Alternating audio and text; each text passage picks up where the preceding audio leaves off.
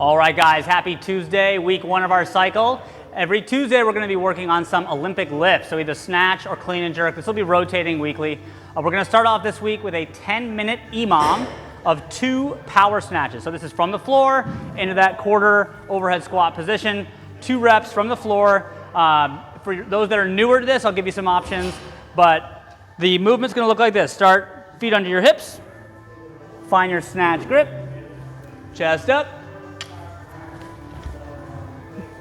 Okay, if you need to, you can drop the bar or you can lower it, but this is not going to be a touch and go off the ground. I want you to reset every single rep. Okay, so a couple main pointers here is we'll always talk about this. Really keep your chest up. So when you set up at the bottom, after you find your grip, really pull that chest up, flatten your back. Okay, as you pull that bar up, after the knees, right, is the challenge here is nice slow pace past the knees, and then when you get the bar up into your hips, is where the power and speed comes in. So you want to make sure you feel the bar make contact at the hips. So for those that are just learning, we recommend breaking this up into 2 movements. So you would set up at the bottom, start by standing up, and then initiate the movement from here to learn how to make contact off the hip. Okay?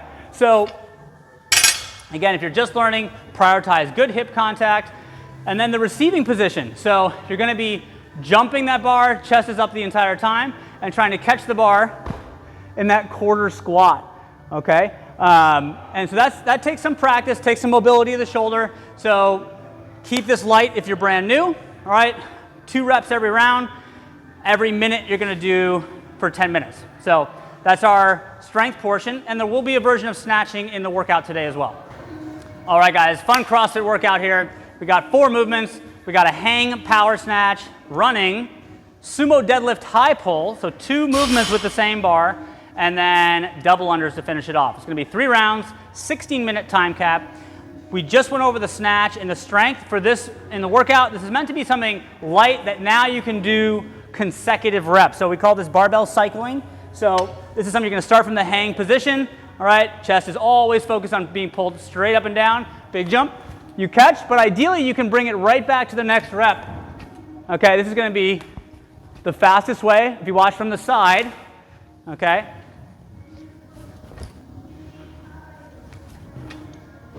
All right, so that's what we're looking for. If you cannot do it repetitively, that's fine, particularly as you get tired in the later rounds, but 9 reps there, all right? From there, you're gonna go to the 400-meter run. When you come back, you're gonna do 12 sumo deadlift high pull. So sumo deadlift is the starting stance, so that's a wide or sumo stance, and the hands are in between the legs.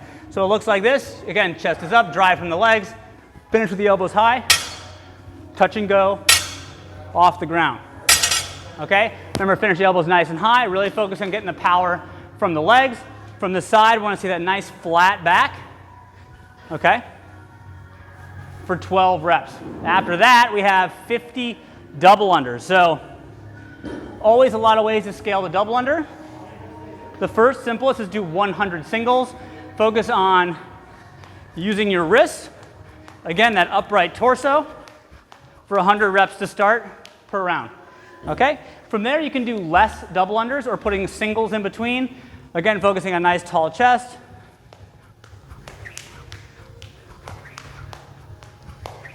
Or maybe you do 25 double unders, you don't get to count the singles, and just do less reps, okay? Working into consecutive double unders. Chest is tall. Okay? The 50 double unders is meant to be a number that ideally you can do unbroken or just a couple sets. So you shouldn't be stuck there for too long. So that's it for the conditioning today, guys. 16-minute time cap, 3 rounds. After this, we have a little bit of kind of passive stretching and bar work.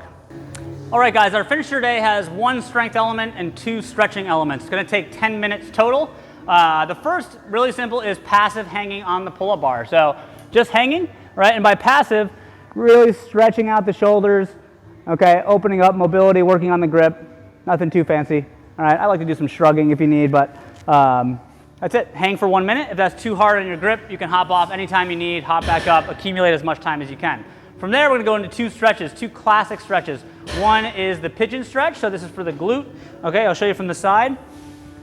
So from here, there's a couple things you can do, but notice I have that arch in my back. So I'll feel this a little bit tighter stretch. I'm gonna take my back toe and really kind of pull that, inch that back toe back, get a nice deep stretch. And then from here, if you want to make it a little more active, you can drop down, you can kind of rotate a little bit each side.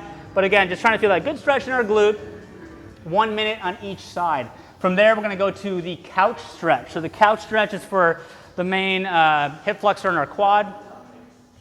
I like to use a pad for your knee. You can use a bench for this, which I think is a little more comfortable, or you can use the wall, but I'll use the wall. The closer you put your knee to the wall, the more challenging this is gonna be. So if you have tight quads, bring your knee a little further from the wall. Okay, you start down on all fours, knee on the pad, and then you're gonna sit yourself up, okay? From this position, squeeze your butt aggressively. You'll feel that tight stretch here. If you can't hold it as too hard of a stretch, just relax your glute. But trying to pull your chest, push your hips forward, and just get a nice big stretch in your quad. You're gonna do 1 minute on each side. You're gonna do all that 2 rounds through. It'll take you about 10 minutes. All right, see you guys tomorrow.